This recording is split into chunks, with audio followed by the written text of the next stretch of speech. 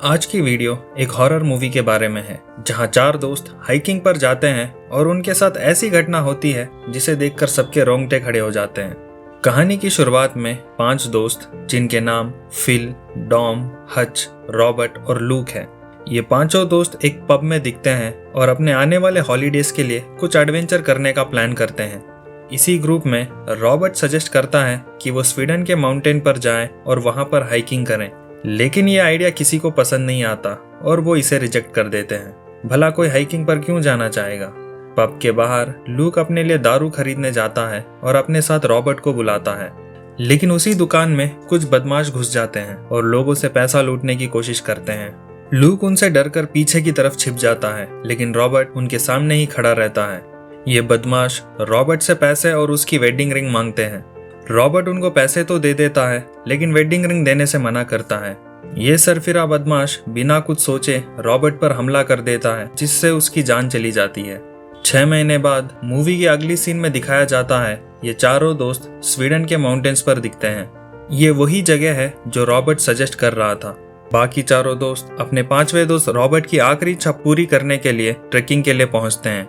ये जगह बहुत ही सुनसान होती है और यहाँ पर दूर दूर तक कोई एक इंसान नहीं दिखता। चारों दोस्त अपने साथ मैप लेकर रॉबर्ट की बताई हुए जगह पर पहुँचते हैं। रॉबर्ट की याद में वो लोग वहाँ एक जगह पर रिचुअल परफॉर्म करके उसे श्रद्धांजलि देते हैं। वो लोग रात वहीं बिताने के बाद अगली सुबह वहाँ से निकलते हैं। रास्ते में डॉम के घुटने पर चोट लग जाती है, जिससे उसे चलने में बहुत ही मुश्किल होने लगती है। हच ग्रुप को सजेस्ट करता है कि उनको कोई शॉर्टकट लेना चाहिए और दूसरे रास्ते से वापस जाना चाहिए। इसी ग्रुप में लूक को ये आइडिया बिल्कुल भी पसंद नहीं आता और वो शॉर्टकट लेने से मना करता है, लेकिन डॉम कहता है कि वो ज्यादा दूर चल नहीं सकता और उनको शॉर्टकट लेना चाहिए। और आखिर में पूरा ग्रुप डिसाइड करता है कि उनको जंगल की तरफ जाना चाहिए जहाँ से शॉर्टकट है। पूरी टीम इस बात पर अग्री करती है और वो लोग शॉर्टकट लेते हैं। ये जंगल बहुत ही घना रहता है और कुछ दूर तक भटकने के बाद उनको पेड़ में एक बड़े हिरन की टंगी हुई लाश दिखती है। सब उसे देखकर घबरा जाते हैं, लेकिन फिर भी वो अपनी जर्नी कंटिन्यू रखते हैं। रात में बहुत तेज बारिश होती है और वो एक जगह पर पहुंचते हैं जहां पर पेड़ पर कुछ अजीब से निशान बने हुए रहते हैं। उन्हें कुछ समझ में नहीं आता कि ये निशान किस चीज के हैं। कुछ दूर भटकने के बाद उनको एक पुराना घर नजर आता है। कोई उसके अंदर जाना तो नहीं चाहता है, लेकिन बारिश इतनी तेज होती है कि उनके पास कोई ऑप्शन नहीं रहता और आखिर में ये सारे उसी घर में रात बिताते हैं। ये घर देखने में बहुत ही डरावना दिखता है और उस घर के अंदर जादू टोना जैसा कुछ सामान भी दिखता है। रात में सभी एक दूसरे को गुड नाइट कहकर वहीं आसपास सो जाते हैं। कुछ देर बाद रात में लूक को उस दिन हुए चोरी के नाइटमेयर्स आते हैं और जब वो नींद से उठता है तो अपने आप को उस घर से बाहर पाता है। उसके छाती में पंजे के निशान दिखते हैं और वहां से खून बह रहा होता है। घर के अंदर डॉम और हच दोनों घबराए हुए नजर आते हैं, मानो उन्होंने कुछ भयानक सा कुछ देखा हो। घर पर फिल कहीं नजर नहीं आता और जब लूक उसे ढूंढने के लिए पहली मंजिल पर पहुंचता है तब फिल बिना कपड़ों के वहां पड़े जादू टोना के पास प्रे करते हुए दिखता है। उसे देखकर ऐसा लगता है कि वो होश में नहीं है और वो खुद भी नहीं बता पाता कि वो यहाँ पर कैसे पहुंचा। सबकी हालत बहुत खराब रहती है। कोई बता नहीं पाता कि उनके साथ रात में क्या हुआ था और सब डरे हुए नजर आते हैं। वो किसी तरह बस वहां से निकलना चाहते हैं, लेकिन इसी घबराहट में डॉम को जो भी रास्ता दिखता है वो उसी रास्ते पर चलने लग जाता है। लूक इसके खिलाफ रहता है, लेकिन कोई उसकी बात नहीं मानता। उनको जहाँ कहीं भी पेड़ कटे हुए दिखते हैं वो उसी को रास्ता मानकर चलने लग जाते हैं। कुछ दूर चलने के बाद डॉम के घुटनों में फिर से तकलीफ होती है और वो कुछ देर के लिए वहीं रुकते हैं। लूक उसी वक्त वहां आसपास मदद के लिए ढूंढता है, लेकिन उसे पेड़ों के बीच में एक बड़ा सा क्रिएचर जैसा नजर आता है। लूक इसे देखकर बहुत ही घबरा जाता है और वापस अपनी टीम को बताता है। डॉम उसकी बात पर भरोसा नहीं करता और गुस्से से ग्रुप को कहता है कि ये सब लूक की वजह से हो रहा है और आज जो कुछ भी हो रहा है इसका असली जिम्मेदार लूक है। यहाँ डॉम ये बताना चाहता है कि जिस दिन रॉबरी हो रही थी उस दिन लूक डर कर छिप गया था और वो चाहता तो रॉब की जान बचा सकता था, और अगर आज रॉबर्ट जिंदा होता तो उनको कभी यहाँ पर आना नहीं पड़ता। लूक और डॉम आपस में लड़ने लग जाते हैं। चारों लोग अब थोड़ा फ्रस्ट्रेटेड हुए दिखते हैं। आखिरी रात जो भी घटना उनके साथ हुई थी उसके बाद कोई नॉर्मल नहीं रहता। कुछ देर बाद वापस वो अपनी हाइकिंग कंटिन्यू करते हैं। थोड़ी दूर चलने के बाद अंधेरा होने लगता है और वो रात बिताने के लिए जगह ढूंढते हैं और वहाँ पेड़ों के बीच अपना टेंट बांधकर रात वहीं बिताने का निश्चय करते हैं। ये चारों अपने टेंट में सोते हैं। आधी रात में फिल अपने टेंट के बाहर चिल्लाते हुए दिखता है। लूक और डॉम अपने टेंट से बाहर आकर फिल से इसके बारे में पूछते हैं। फिल बताता है कि उसने एक बड़ी परछाई देखी जो उसे मारने के लिए आ रहा था। दूसरी तरफ हच कहीं पर भी नजर नहीं आता और उसका टेंट भी बिखरा हुआ दिखता है। बाकी तीनों बहुत ही घबरा जाते हैं और उसे जंगल में ढूंढते हैं। कुछ दूर ढूंढने के बाद उनको हच की लाश एक पेड़ पर टंगी हुई नजर आती है, जैसे उन्होंने शुरू में एक बड़े हिरन को देखा था। बाकी तीनों हच की बॉडी को नीचे उतारते हैं और उसे वहीं दफन करते हैं। तीनों भटकते हुए फिर से अपना रास्ता ढूंढकर ट्रैक को कंटिन्यू करते हैं। इस समय तीनों की हालत बहुत ही खराब है और वो एक दूसरे को ब्लेम करने लग जाते हैं। लूक कहता है कि उनके पास कोई और रास्ता नहीं है सिवाय वहां से बाहर निकलने का और वो अपनी ट्रैकिंग कंटिन्यू करते हैं। चलते चलते शाम हो जाती है और एक जगह पर यह क्रिएचर फिर से लौटता है और इस बार वो फिल पर अटैक करता है और उसको घसीटकर वहां से अपने साथ ले जाता है। फिल के साथ भी वही होता है जो हच के साथ हुआ था। उसकी भी लाश एक पेड़ से टंगी हुई नजर आती है।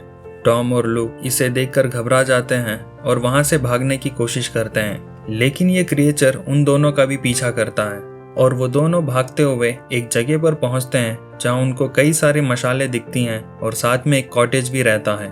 दोनों कॉटेज के अंदर पहुंचते हैं और वहां पनाह लेते हैं, लेकिन उसी वक्त कोई आदमी आकर सर पर हमला करता है जिससे वो दोनों बेहोश हो जाते हैं।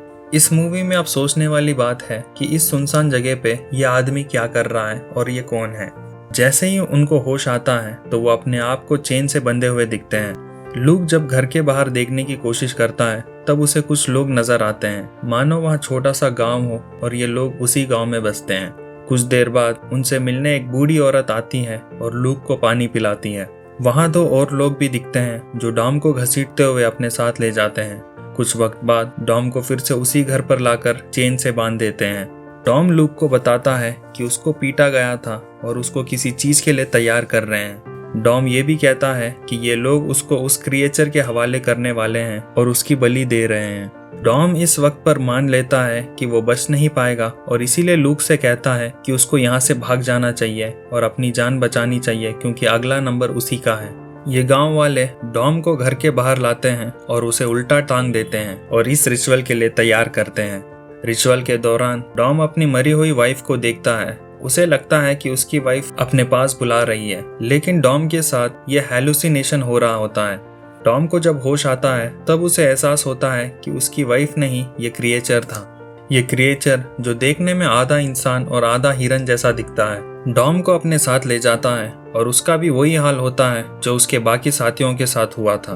अगले दिन उस घर में लूक से मिलने एक जवान औरत आती है। ये औरत बताती है कि ये क्रिएचर जो देखने में एक बड़ा हिरन और इंसान जैसा है, उसे वो जूटन करके बुलाते हैं और वो उनको अपने भगवान जैसा मानते हैं, जिसके बदले में ये क्रिएचर उन सब की रक्षा करता है। ये औरत लूक को बताती है कि उसे भी बलिदान देना होगा। उस औरत के जाने के बाद लूक अपने आप को बहुत छुड़वाने की कोशिश करता है और किसी तरह उन चेन से अपने आप को छुड़वाता है। लूक कैबिन के पहली वाली मंजिल पर पहुंचता है। वहां उसे बहुत सारे डेड बॉडीज के कंकाल दिखते हैं। उनको देखकर ऐसा लगता है मानो यहाँ पर कुछ बड़ा सा जादू टोना हो रहा हो। लूक वहां पड़ी मशाल को लेकर उन सब में आग लगा देता है। ये कंकाल जब जलने लगते हैं तब बहुत सारी लोगों के चिल्लाने की आवाज आती है, मानो जैसे इन कंकालों के अंदर कोई जान बसी हो और वो चिल्लाकर रो रहे हैं। वहाँ आसपास जितने भी लोग रहते हैं सब कैबिन को जलते हुए देखकर घबरा जाते हैं। उनको ऐसा लगता है कि अब उनके साथ कुछ बुरा होने वाला है। कैबिन के बाहर ये क्रिएचर फिर से वहाँ आता है और उस औरत की जान ले लेता है। घर के अंदर लूक उनसे लड़ने के लिए वहाँ पड़ी राइफल को अपने साथ रखता है और उसके रास्ते में जो भी दिखता है वो उसे शूट कर देता है। कैबिन के बाहर जाने से पहले लूक अपने साथ एक कुल्हाड़ी भी रखता है। ये क्रिएचर अब लूक को मारना चाहता है।